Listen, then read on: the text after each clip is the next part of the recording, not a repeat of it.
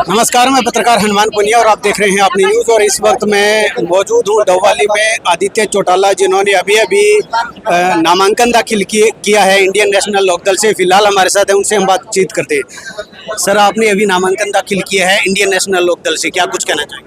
देखिए, मैं ये कहना चाहूँगा, Indian national Lokdal, Bahujan Samaj party, Shiromani Akali Dal, तीनों के प्रमुख नेता आज मंच पे थे। तीनों नेताओं की मौजूदगी में और हमारे सबसे सम्माननीय परिवार के सबसे बुजुर्ग सदस्य और चौधरी ओम प्रकाश चौटाला जी, जिनकी सोच को हम सब लोग सलाम करते हैं, उनके सानिध्य में, उनके आशीर्वाद से, हम तीनों पार्टियों के सहयोग से आज मैंने नामांकन पत्र दाखिल किया है। और मैं बधाई देना चाहूँगा तमाम कार्यकर्ताओं को। कितना ठाठा मार ताकत, इतना उमंग, इतना जोश उन लोगों में था, इसमें कोई दो राय नहीं है कि डवाली में एक तरफा लहर है। आज चुनाव का मुख्य एजेंडा आपका क्या रहेगा? क्या ऐसी समस्याएं हैं जो पिछले 10 साल में सत्ता में रहने के बावजूद आपने यहाँ का समाधान नहीं करवा पाए? देखिए, सबसे बड़ा तो पानी की टेलों की समस्या है। टेलों पे पानी पहुंचेगा, मजदूरों के मकान और नशा को मुक्त के ये इलाका बनाने का काम करूंगा।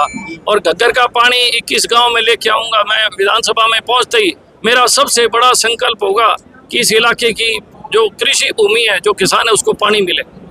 आपके जो विपक्षी कह रहे हैं कि 9.5-10 साल तक मलाई खाने के बाद अब जो है, जब उनको लग गया कि टिकट उनकी कट रही है, तब वो बीजेपी छोड़ रहे हैं। आदित्य तो काचरा की चटनी खावे, मैं कभी मलाई का नहीं गयो को नहीं। मैं सरकार के जुल्म और जबर के खिलाफ भी बोले हूँ।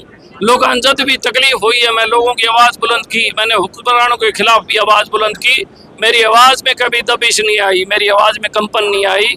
मैंने सच्चाई पे लड़ा और इंसाफ के लिए लड़ा और गरीब मजलूम के लिए लड़ा। मैं नशे को लेकर काफ़ी ज़्यादा ये एक्टिव एरिया है, तो ऐसे में किस तरह से मानते हैं, क्या कुछ कमियां सरकार की तरफ से रही थी पीछे? देखिए, नशे के लिए हमने मुहिम चलाई थी, पुलिस जिला बना। इसके साथ साथ हमें सामाजिक संस्थाओं को और सामाजिक जन चेतना लानी चाहिए। मैंने इसमें पहल करते हुए गुरु जमेश्वर केंद्र लेके आया। मैं गंगा के अंदर चौधरी कुलदीप बिश्नोई जी, महिपाल डांडा जी और हमारे नरसिंह बिश्नोई जी, जो जंडवाड़ा से वाइस चांसलर है, उनके सबके सहयोग से हमने गुरु जमेश्वर केंद्र खोला, ताकि यहाँ पे गुरु महाराज की वाणी का प्रचार प्रसार हो और नौजवान पीढ़ी जो है वो प्रचार प्रसार को सुने, उनकी जीवनी को पढ़े और नशे से जागरूक हो और पर्यावरण जो है संरक्षण हो और सबसे बड़ा जीव जंतु का कल्याण हो। तो इसके लिए मैंने 4.5 करोड़ रुपए मंजूर कराया था और आज वो प्रफुल्लित हो रहा है काम। वहाँ अभी टेंडर हो गया है और इसको हम और बड़ा और अच्छा बनाने का काम करेंगे। मुख्य मुकाबला कांग्रेस के साथ मानते हैं या जेजेपी के साथ? नहीं, आज के ठाठा मारते कट से और कल जो कट हुआ था, मुझे लगता है मुकाबला है नहीं। हरियाणा की पहली सीट है डवाली, जिसमें एक तरफा माहौल है। अब बात करें, एक चर्चा ये है कि इनेलो है वो बीजेपी की बी टीम है, इसको लेकर क्या कुछ कहना है? देखिए, ये लोग जो प्रचार कर रहे हैं वो भ्रमित करने का काम कर रहे हैं। उन लोगों को इनेलो की ताकत का एहसास है। इनेलो आज सत्ता में आएगी, सत्ता की दहलीज के नज़दीक है। विरोधियों के जो है होश उड़े हुए हैं, विरोधियों में घबराहट है, इसलिए वो ऐसा दुष्प्रचार कर रहे हैं। एक आपका जो बयान है वो काफ़ी वायरल अब हो रहा है। जैसे ही आपने इनेलो ज्वाइन किया, तो उसके बाद में जो किसान आंदोलन के दौरान उस बयान पर क्या बताना चाहूँगा हनुमान जी, मेरे उस टाइम मेरे मुख से निकली बात थी, इसमें कोई दो राय नहीं है। लेकिन कुछ हमारे किसान भाई आपत्तिजनक शब्द यूज करने लगे थे माइकों में। मैं समझता हूँ वो ठीक नहीं था। हम विरोध करें, कोई दिक्कत नहीं, लेकिन उसकी सीमा होनी चाहिए। और मैंने वो वाक्य बोला।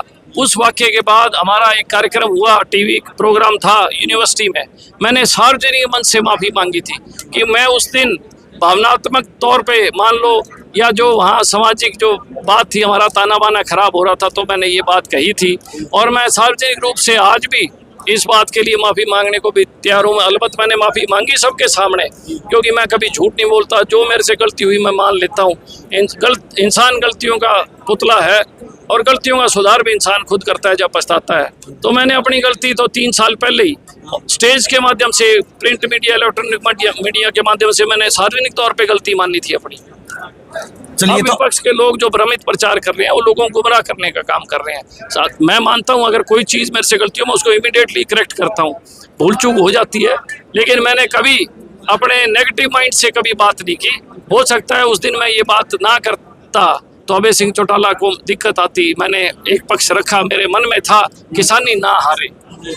अभी आप अपनी जीत के प्रति कितने आश्वस्त हैं? देखिए लोग जीत रहे हैं, एमएलए 60,000 लोग एमएलए बन रहे हैं, मैं नहीं बन रहा।